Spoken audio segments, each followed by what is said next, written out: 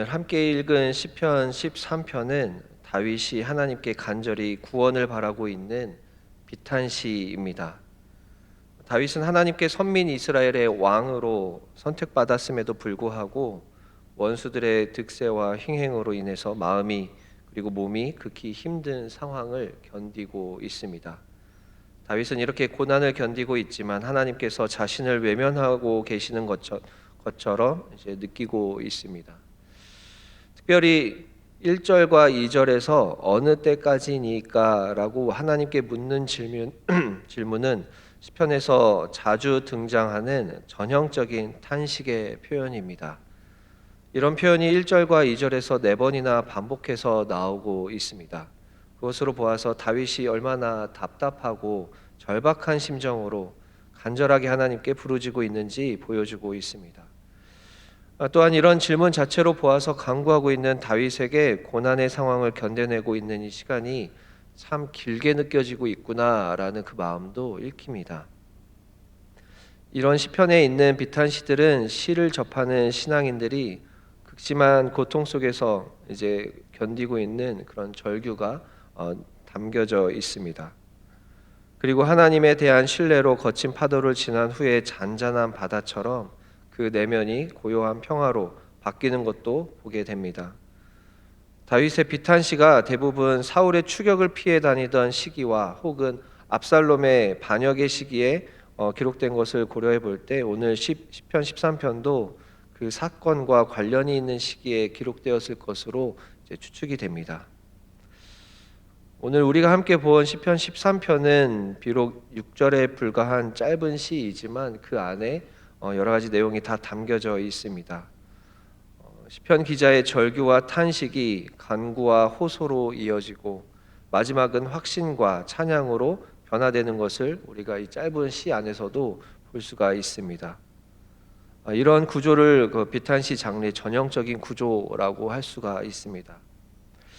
1절과 2절은 대적들로 인하여 몸과 마음이 참기 어려운 극심한 고통 가운데 처한 시인이 하나님을 향하여 언제까지 자신을 돌아보시지 않을 것인지 절규하는 내용입니다. 3절과 4절은 자신의 죽음과 원수의 승리라는 절망적인 상황을 하나님께 간구하면서 자신을 속히 구원해 달라고 하는 그런 간구의 내용이 담겨져 있습니다. 5절과 6절은 자신의 간구에 대해서 하나님께서 응답하실 것을 확신하면서 그것을 미리 믿고 감사하는 선취적인 신앙으로 하나님께 찬양하고 있습니다. 오늘 이러한 내용을 담고 있는 본문을 통해서 하나님께서 주시는 메시지를 발견하기를 원합니다. 오늘 본문을 통해서 주시는 하나님의 메시지는 하나님은 때로 우리의 고통에 침묵하시지만 그것은 우리의 신앙을 단단하게 하시기 위함이었다라는 것입니다. 하나님은 때로 우리의 고통에 침묵하십니다. 하지만 그것은 우리의 신앙을 단단하게 만들어 갑니다. 1절을 보면 다윗은 이렇게 호소합니다. 여호와여 어느 때까지니까 나를 영원히 잊으시나이까 주의 얼굴을 나에게서 어느 때까지 숨기시겠나이까 하고 절규하듯이 부르짖고 있습니다.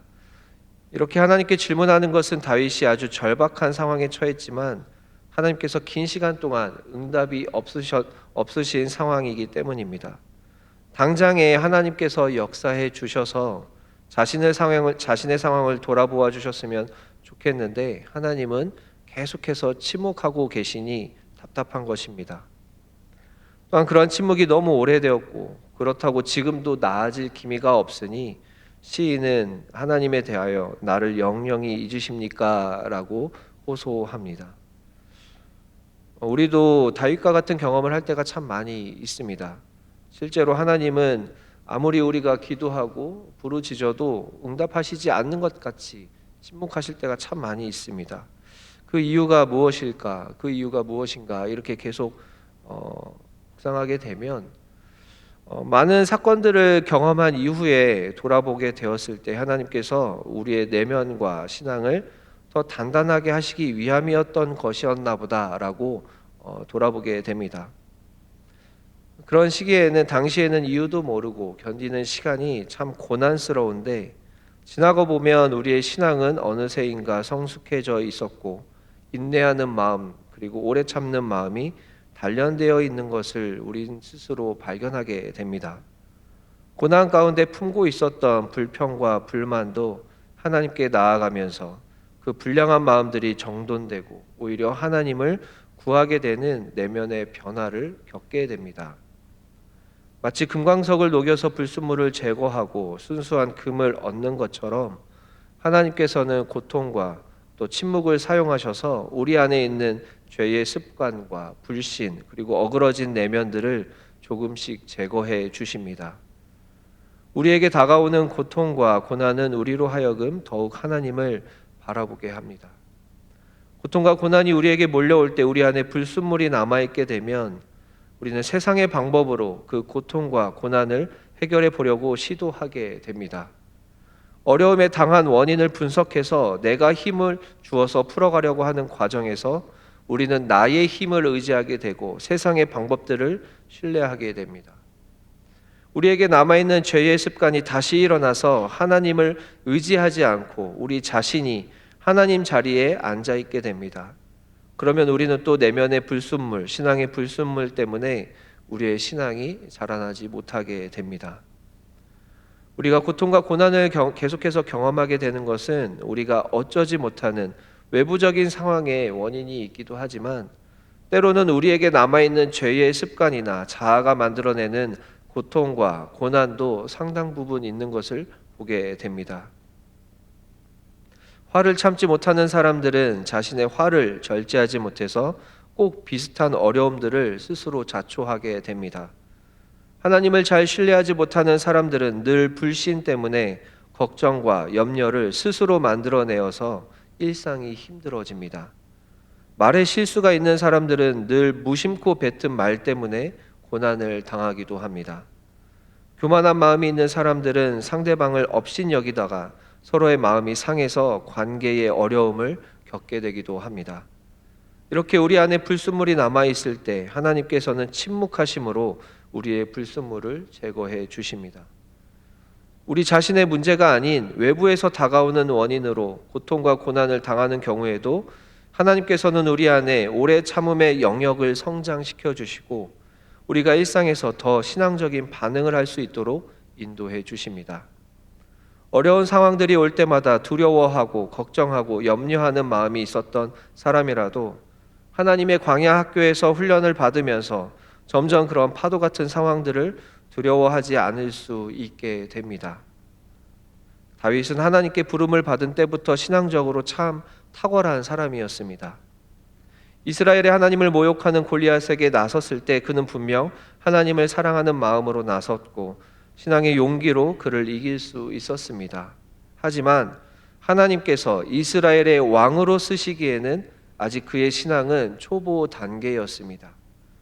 다윗은 자신 개인의 차원에서 신앙을 지켜나가는 그런 사람 정도가 아니라 공동체를 이끌어야 했고 이스라엘 나라를 이끌어야 했기 때문에 민족적인 차원에서 그리고 나라의 차원에서 신앙을 세워가고 지켜갈 수 있을 정도의 단단하고 정결한 신앙이 필요했습니다.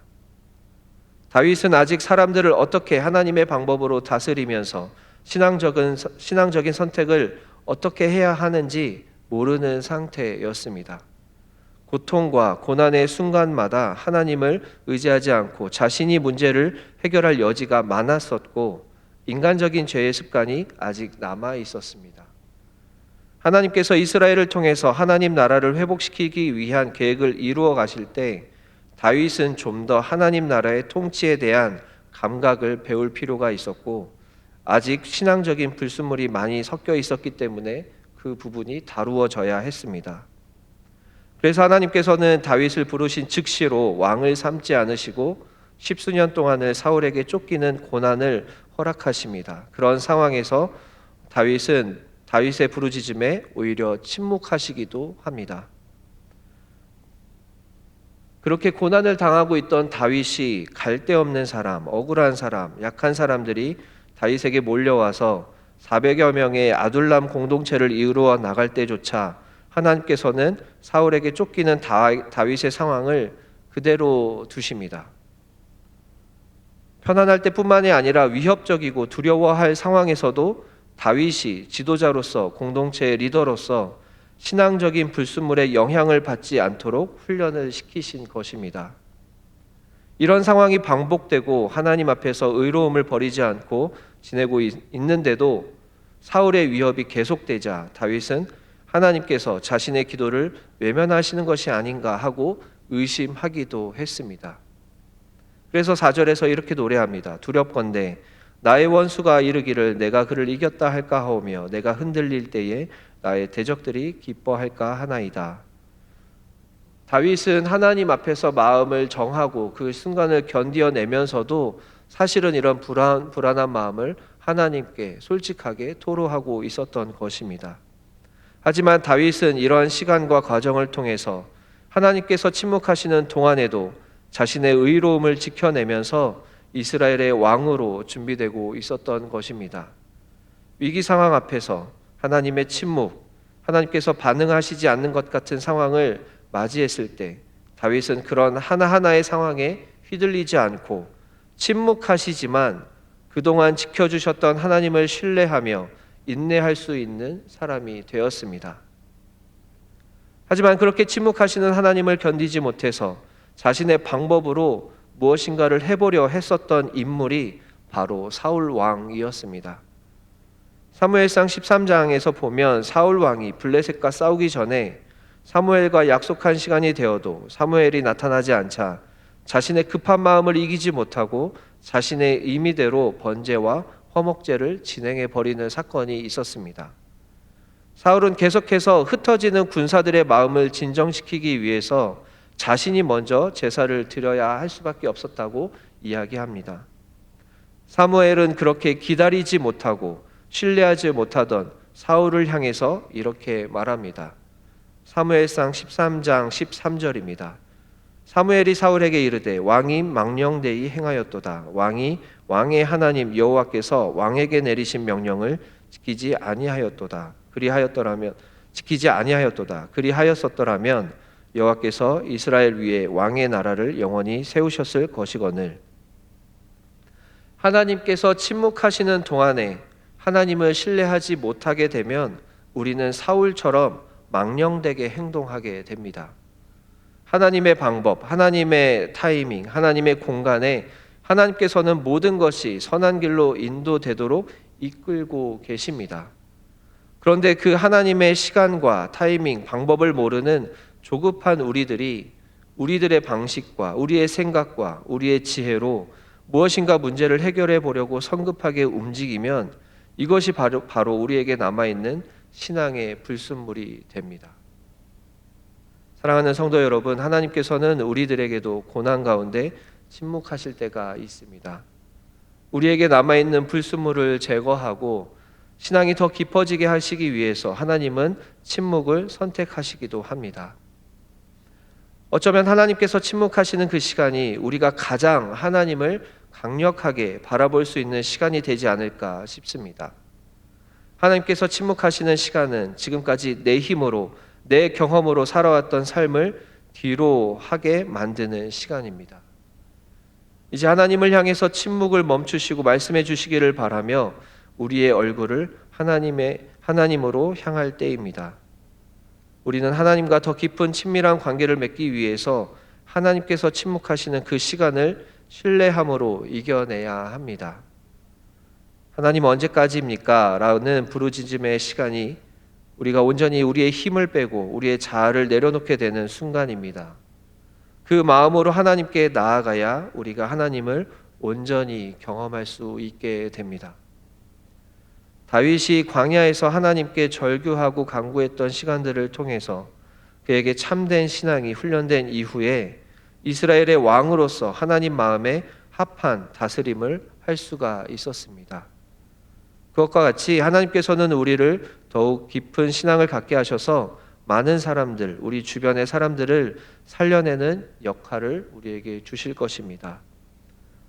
사람을 상대하다 보면 생기는 고난과 고통들을 너끈히 이겨낼 수 있도록 하나님은 우리를 늘 인도해 주십니다. 하나님의 사역을 감당하면서 고난과 고통을 이겨내야 했던 선지자 예레미야에게 해 주셨던 말씀이 오늘의 시편을 고백하는 우리에게 주시는 하나님의 말씀이지 않을까 싶습니다. 예레미야 12장 5절에서 하나님은 예레미야에게 이렇게 말씀하십니다. 만일 네가 보행자와 함께 달려도 피곤하면 어찌 능히 말과 경주하겠느냐? 네가 평안한 땅에서는 무사하려니와 요단강 물이 넘칠 때에는 어찌하겠느냐라고 하나님을 말씀해 주십니다. 하나님께서는 우리가 더 큰 것도 감당할 수 있다고 격려해 주시는 것입니다. 오늘 하루의 삶을 살아가시면서 여러분들을 고통스럽게 하는 모든 일들을 하나님의 시선으로 바라보고 그것들 모두를 극복하고 승리하시는 오늘 하루의 삶을 살아가시기를 축원합니다. 함께 기도하시겠습니다. 사랑이신 하나님, 참으로 감사합니다. 하나님 말씀으로 우리를 깨닫게 하시니 감사합니다. 오늘 시편 말씀을 통해서 우리가 어떤 상황을 맞이해도 하나님을 의지하고 사람을 의지하지 않도록 인도하여 주시니 감사합니다. 연약한 사람보다 방패 되시는 하나님을 바라볼 수 있도록 신앙의 지혜를 갖게 하여 주시옵소서. 그리하여 하나님, 우리가 늘 하나님의 승리를 맛볼 수 있도록 인도하여 주시옵소서.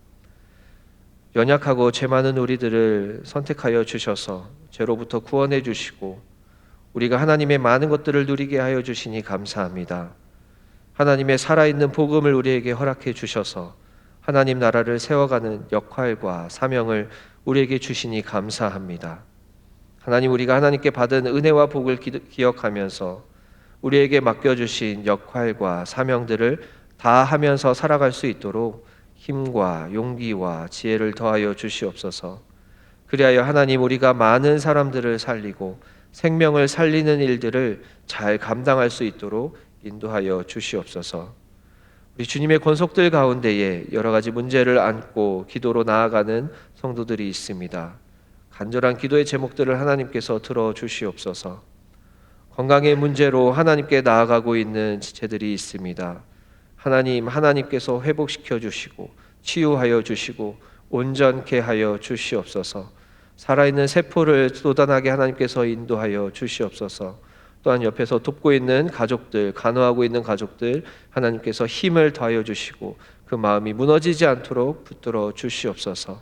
그리하여서 하나님, 그 시간을 이겨낸 후에 하나님께서 낫게 하여 주셨다라고 고백할 수 있도록 하나님 인도하여 주시옵소서. 재정의 문제로 고민하며 하나님 앞에 기도로 나아가는 성도들이 있습니다. 하나님, 주시는 것도 하나님이시오 가져가시는 것도 하나님이신 줄 고백합니다. 그런데 하나님, 우리가 물질의 문제 때문에 너무나 비참해지지 않도록 하나님 보호하여 주시옵소서. 하나님을 바라보며 해결해 주시는 하나님을 우리가 경험할 수 있도록 인도하여 주시옵소서. 하나님, 우리가 여러 가지 관계의 문제로 씨름하고 있습니다. 하나님, 여러 가지 관계의 문제들에 개입하여 주셔서 그 문제들을 해결하여 주시고 풀어주시고 정돈시켜 주시고 다시 회복시켜 주시옵소서. 하나님께서 허락하신 관계의 은혜를 충만히 누릴 수 있도록 하나님 인도하여 주시옵소서. 또한 하나님, 말할 수 없는 가정의 문제들로 하나님께 나아가고 있는 성도들이 있습니다. 하나님께서 그 기도를 들어주시고 각 가정들마다 하나님께서 주인 되어 주시고 하나님을 중심으로 그 모든 문제들이 잘 정돈될 수 있도록 인도하여 주시옵소서. 그리하여서 하나님, 역사하셔서 살아계신 하나님을 우리 모두가 다 경험할 수 있도록 하나님 인도하여 주시옵소서. 하나님께 돌아와야 하는 영혼들이 많이 있습니다. 하나님께서 속히 돌아올 수 있도록 인도하여 주시옵소서. 오늘 하루의 삶을 하나님께 맡겨드립니다. 사랑이신 예수 그리스도의 이름으로 기도드립니다. 아멘.